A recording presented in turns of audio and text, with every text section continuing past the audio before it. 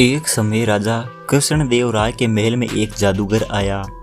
उस जादूगर को अपनी जादू दिखाने की कला पर अत्यधिक घमंड था। जादूगर ने राज्यसभा में अपनी कला का उपयोग करते हुए कई तरह के जादू दिखाए। जादूगर के करतब देखकर सभी उनसे प्रसन्न हो गए। राजा कृष्णदेव राय भी उससे बहुत प्रसन्न हुए और उसे उपहार देने लगे। तभी जादूगर ने बड़ी सभा में चुनौती दी, क्या इतने बड़े राज्य की राज्यसभा में कोई भी ऐसा व्यक्ति है जो मुझे किसी भी जादू में हरा सके। राज्यसभा में बैठे व्यक्ति एक दूसरे का मुंह ताकने लगे। कोई भी व्यक्ति चुनौती स्वीकार करने के लिए आगे नहीं आया। दरबार में बैठा तेनालीरामा इस दृश्य को ध्यान से देख रहा था। तेनालीरामा ने कुछ देर सोचा और जादूगर की चुनौती स्वीकार करने के लिए आगे आया।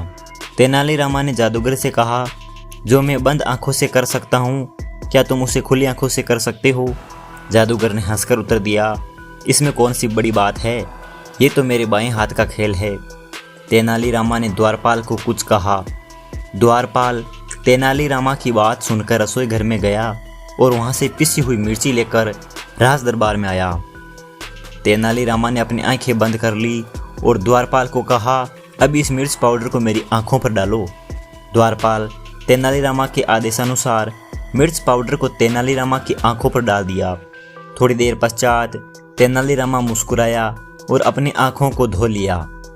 तेनालीरामा ने जादूगर से कहा, जो मैंने बंद आंखों से किया है उसे अब आप खुली आंखों से कीजिए।